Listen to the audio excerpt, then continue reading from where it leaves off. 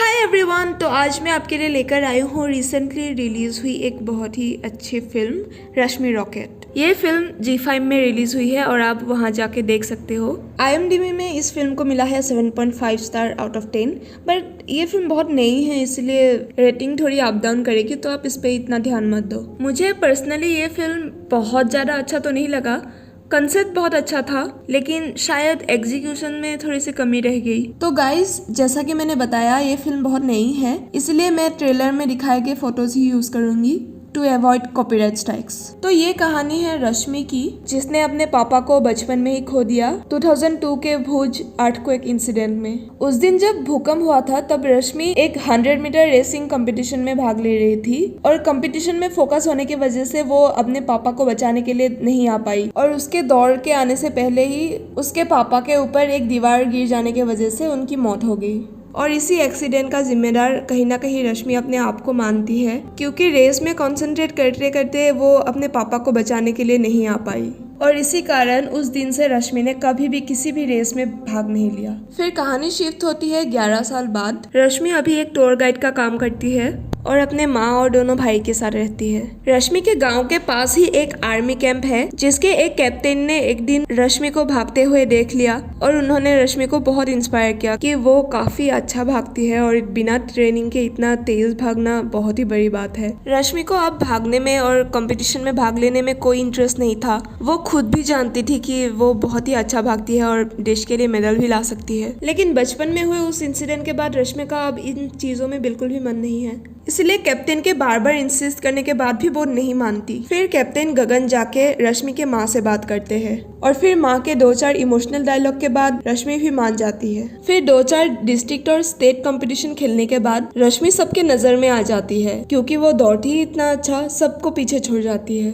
State champion बनने के बाद रश्मि को भेज दिया जाता है नेशनल एथलेटिक्स स्पोर्ट्स एकेडमी में। अब यहाँ पे जाके रश्मि को पहले बहुत दिक्कत होती है, क्योंकि रश्मि को सिर्फ भागना आता है, बाकी एथलेटिक्स के रूल्स रेगुलेशंस बेसिक्स उसे कुछ नहीं पता और इसके लिए उसे बहुत ताने भी सुनने पड़ते हैं। रश्मि की रफ्तार देखकर वहाँ के बाकी कुछ प्लेयर्स बहुत जलते हैं और उसमें से एक प्लेयर थी उसी एथलेटिक्स एसोसिएशन के एक ऑफिसर की बेटी। ये अपने एक फ्रेंड के साथ मिलकर रश्मि को हर बार कुछ ना कुछ सुनाती रहती है कि तुम तो औरत लगती ही नहीं हो, इतने कम टाइम में भागना किसी लड़की के बस की बात तो हो ही नहीं सकती, वगैरह वगैरह। और रश्मि भी कई बार प्रोवोक होके उन पर हाथ भी उठा देती है। इसी बीच एशियन गेम्स का ट्रायल होता है और रश्मि उसमें सिलेक्ट हो जाती है। फिर एक दिन अचानक एक मेडिकल टीम आके रश्मि को ले जाती है उसके कुछ टेस्ट करवाने, पर वो लोग उसे नहीं बताते कि किस चीज का टेस्ट हो रहा है। रश्मि को बहुत बुरा लगता है। इस तरह से बिना मर्जी के किसी को भी ऐसे ले जाना और मेडिकल टेस्ट करवाना बहुत ही गलत है। फिर हॉस्टल आने के बाद कुछ पुलिस वाले आके रश्मि को जबरदस्ती लेके जाते हैं, ये बता के कि रश्मि लड़का है और वो गर्ल्स हॉस्टल में घुस के मारपीट कर रहा है। Again this was really humiliating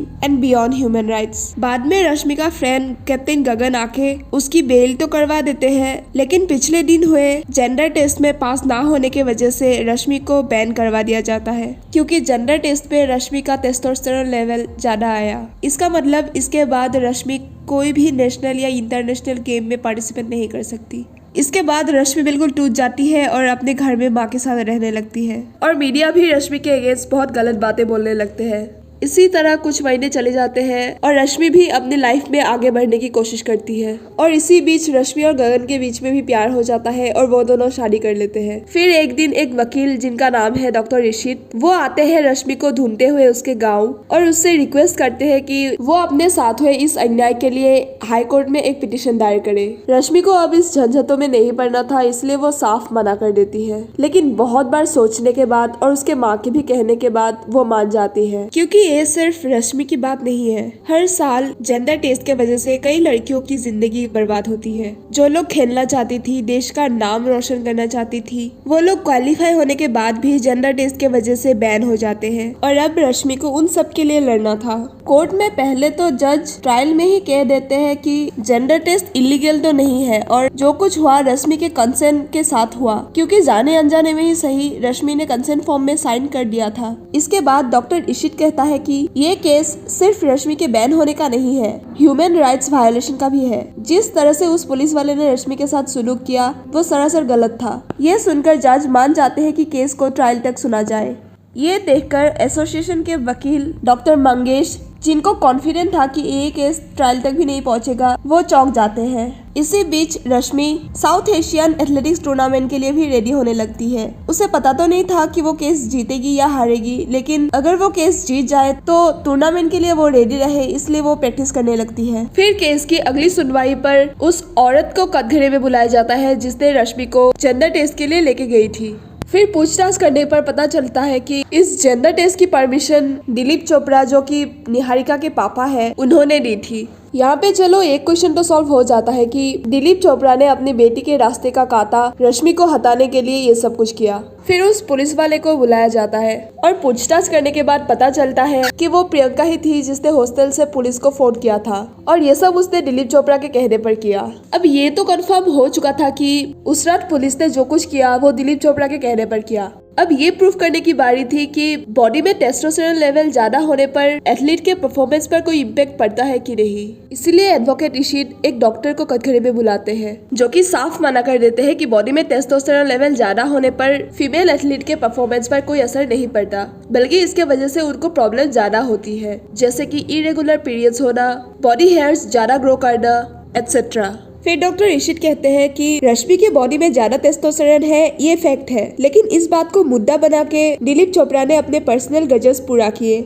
और इस बात को मीडिया में गलत तरीके से फैला दिया ताकि रश्मि की बदनामी हो सके। भले ही कुछ लड़कियों में टेस्टोस्टेरोन लेवल ज्यादा हो, लेकिन इसका मतलब ये नहीं कि वो लड़की ही नहीं है। इसीलिए डॉक्टर इशित कोर्ट से दरख्वास्त करते हैं कि जेंडर टेस्ट जैसे बेटुके नियम को नजरअंदाज करके रश्मि को फिर से कंपटीशन में भागने की परमिशन दे। इसी बीच ये बात भी सामने आती है कि रश्मि पिछले 3 महीने से प्रेग्नेंट है, जिससे आसानी से प्रूफ हो सकता था कि रश्मि औरत है। लेकिन जो लड़कियां जेंडर टेस्ट पे फेल हो जाती है, अगर वो प्रेग्नेंट ना हो तो इसका मतलब ये है कि वो औरत ही नहीं है। इसीलिए रश्मि अपनी प्रेगनेंसी को बीच में नहीं लाई। इसके बाद इन सब सबूत और गवाहों को मद्देनजर रखते हुए जज ये फैसला लेते हैं कि रश्मि पर लगे हुए बैन को हटाया जाए, और ये भी कहती है कि अब से एक अलग कमेटी बिठाई जाएगी जो कि ऐसे जेंडर टेस्ट के रिलेटेड इश्यूज को देखेगी, और इस तरह से रश्मि ये केस जीत जाती है।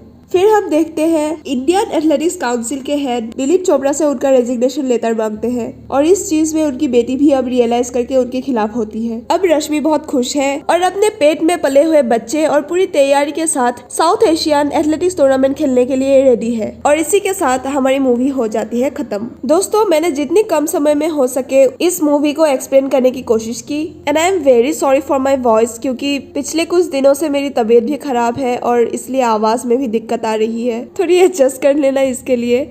और thank you so much for watching this video. I hope you like it, and please share with your friends and subscribe to the channel.